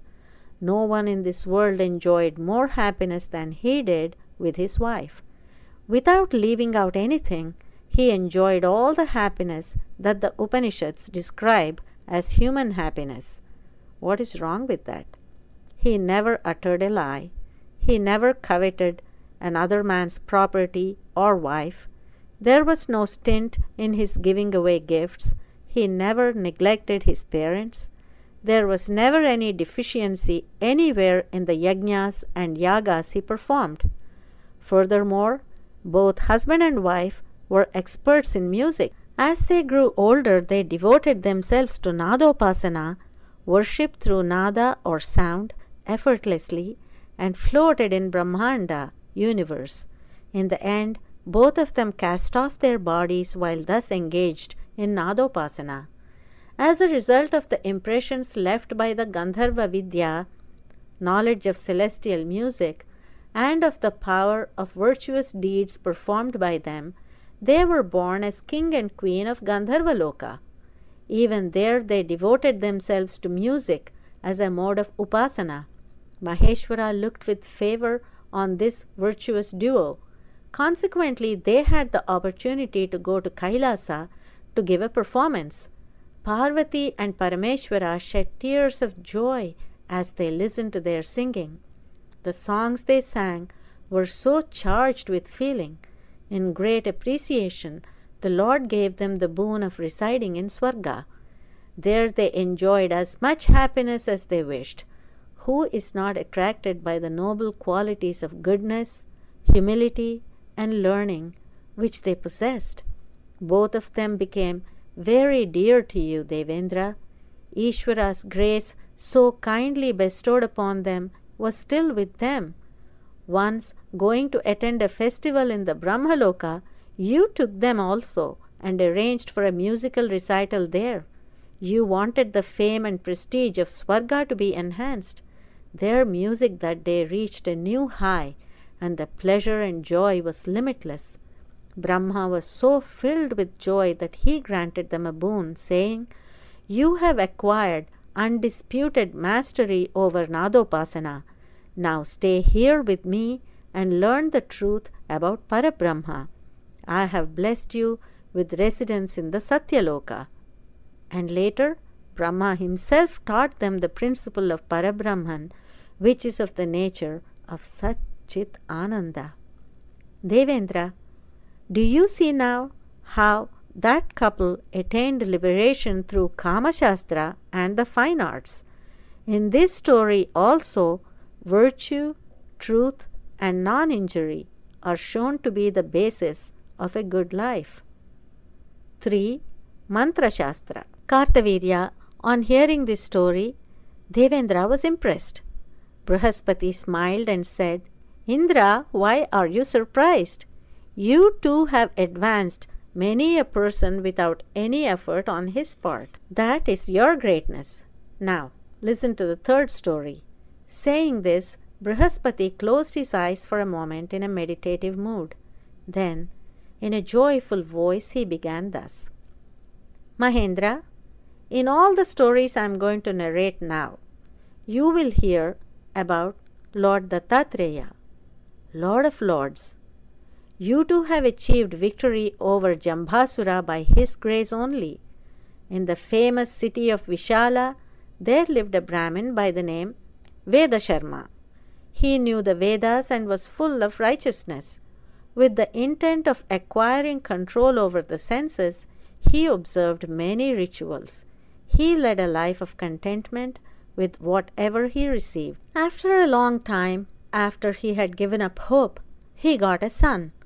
He named him Sushila and brought him up with much love. Owing to some sinful act committed by the boy in a previous birth, 7 Brahma Rakshasas took possession of him and began to afflict him. The Brahma Rakshasas, owing to mutual dislike, quarreled among themselves and made things worse. Every day was a fatal one for that poor innocent child. It was difficult for that Brahmin to recognize the power of these Brahma Rakshasas in the beginning. First he thought that the child was ill. Later, after observing the grotesque gestures of the boy, he thought the boy had gone mad. Sometimes it occurred to him that this might be the mischief of evil spirits. To this Brahmin, who was free from all attachments, that boy was his only relative in this world, and he tried all the means he knew of to help him. The boy whom the Brahmin had been given, after performing many meritorious deeds and japas, counting silently beads of a rosary, had now become the cause of unending worry. This was the state of affairs when one day, after performing the Vaishwadeva ritual as usual at noon, Vedasharma was looking for a guest. A strange man appeared at his door. His clothes were dirty, and his body was smeared with hardened mud. A foul smell emanated from him, and saliva was oozing from the corner of his mouth, and flies were swarming around him. "Whoever he may be, If he comes in the noon after Vaishvadeva, he is Vishnu himself, is the ruling of the Veda. Thinking this, Vedasharma served him cooked rice with devotion.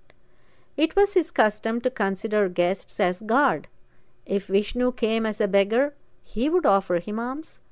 If he came in another form, Vedasharma would serve him in a manner appropriate to that form. But in both cases his devotion was the same. That day also he acted likewise. But while offering alms, looking at the beggar, the thought occurred to him, "Is he not Lord Dattatreya?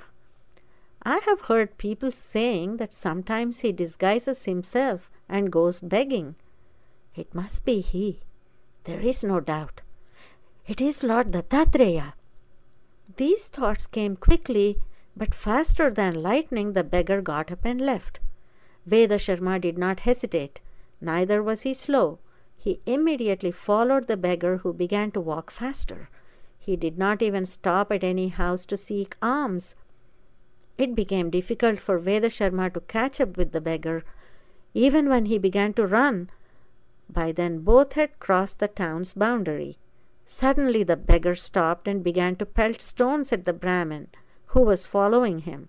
Still the Brahmin did not stop. The beggar came near him, and although Vedasharma was panting for breath from exhaustion, he beat him mercilessly with the branch of a tree that was at hand, until the Brahmin was at the point of dying. Strangely enough, as the beggar went on ill-treating him, Vedasharma began to feel happiness welling up in him. He looked for a chance to catch hold of the beggar's feet, but somehow the beggar began to run again, and the Brahmin fell behind. On the way, the beggar saw the half-decomposed carcass of an ass. The beggar seemed to be burning with rage. He took a bit of the putrid and foul-smelling flesh out of the carcass of the ass, and placing it in the hands of the Brahmin said, "Eat this." The Brahmin pressed it to his eyes, and tying it in the loose end of his upper cloth, began to follow the beggar again. Then the beggar kicked the Brahmin with his legs till the Brahmin broke down. By the time the Brahmin recovered, the beggar had disappeared and entered a nearby cave, where he sat down. But still Vedasharma did not leave him. He too entered the cave. He fell down at the beggar's feet and then stood up with folded hands. Now the beggar opened his lips a little and spoke. "O Brahmin, what business have you with a madman? Go away." Vedasharma's intellect had been purified by long study of the Vedas. Therefore he was convinced that the person before him was Lord Dattatreya. He bowed again and extolled him thus, "O Lord, if even Brahma and the other gods are unable to understand you, how can I? Is it not cruel that you try to deceive me like this? Lord, you alone are my refuge. You may drown me or kill me in any way. Do as you like with me." Pleased at Vedasharma's steadfastness, the Lord assumed an auspicious form, at which Vedasharma was overcome with joy and praised the Lord with hymns of Rig, Yajur, and Samavedas. With a smiling face, the Lord said, "Vedasharma, I subjected you to much suffering, but do not consider it as suffering, because it was for your good. I know why you have come, and I pity you. You are worried about your son, who is being harmed by 7 Brahmarakshasas simultaneously. Do not be afraid. I shall give you 7 mantras. Chant them along with the seed letters. Thus each Brahmarakshasa will be dispelled by 1 mantra. It is not possible to dispel all the 7 at a time. Is there anything you do not know? It is not possible to teach all subjects at once. Mental impressions born of ignorance can be destroyed by Nyaya Shastra, some by Sankhya, some by Yoga, and some others by Mimamsa. If Advaita philosophy is taught after removing all the impressions of the mind, then it can be easily understood. The task of dispelling these Brahmarakshasas is just like this. Therefore, after you become free from anxiety about your son. By the help of these mantras, you will attain the supreme goal effortlessly. Now, receive the mantras. The Lord imparted to him the mantras along with their power. Full of happiness, Vedasharma left for his home. When he noticed the rotting carcass of the ass on the way, he remembered the piece of meat the Lord had given him. He untied the knot and saw there a red sandal flower. With great surprise, he looked around for the carcass of the ass. But in the place where the carcass should have been, there was a red sandalwood tree. Joyfully extolling the Lord's glory, as with 1,000 mouths, he reached home, and following the Lord's instructions, he had his son's health restored. Later, with the great power of those wonderful mantras, Vedasharma began to relieve other people of their afflictions from evil spirits. Thus not only did he earn merit, but his fame and income and his meritorious deeds also increased.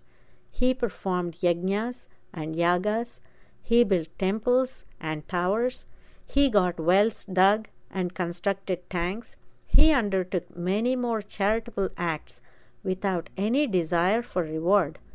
Gradually his mind took to the path of detachment, and he attained self-realization in that very birth. Sadguru Stavam. Siddhi buddhi mahayoga varaniyo ganadhipaha yasvayam Sachchidanandam Sadgurum tam namamyaham yasya Dattatreya bhavo bhakta namatmadanataha Suchate Sachchidanandam Sadgurum tam namamyaham Yoga Jyotis Samuddiktam Jaya Lakshmi Nrisimhayo Advayam Sachchidanandam Sadgurum tam namamyaham Yoga Vidya Chitrabhanum Chitrabhanu Sharadbhavam Jnanadam Sachchidanandam Sadgurum tam namamyaham Ganesha Homerkadine Nityam Shri Chakra Pujane Dikshitam Sachchidanandam Sadgurum tam namamyaham Agastya Muni Sankranta Nana Vaidya Durandharam Bhavagram Sachchidanandam Sadgurum tam namamyaham Vadyodanchad Divyanama Sankirtana Kalanidhim Nadabhim Sachchidanandam Sadgurum tam namamyaham Datta Peethadhipam Dharma Rakshanopaya Bandhuram Satkavim Sachchidanandam Sadgurum tam namamyaham Viduta Bhakta Sammoham Avadhootam Jagadgurum Swashrayam Sachchidanandam Sadgurum tam namamyaham Sadhutvam Bhakti Maishwaryam Dhanam Yogamarogatam Sanmatim Jnanamanandam Sadguru Stavato Labhet Sri Ganeshaya Namaha Sri Saraswatyai Namaha Sri Padavallabha Narasimha Saraswati Sri Guru Dattatreya Namaha Kayena vacha manasendriyaiर्वा बुद्ध्यात्मना वा प्रकृते स्वभावात् करोमि यद्यत् सकलं परस्मै श्री सच्चिदानन्द पदे पयामि।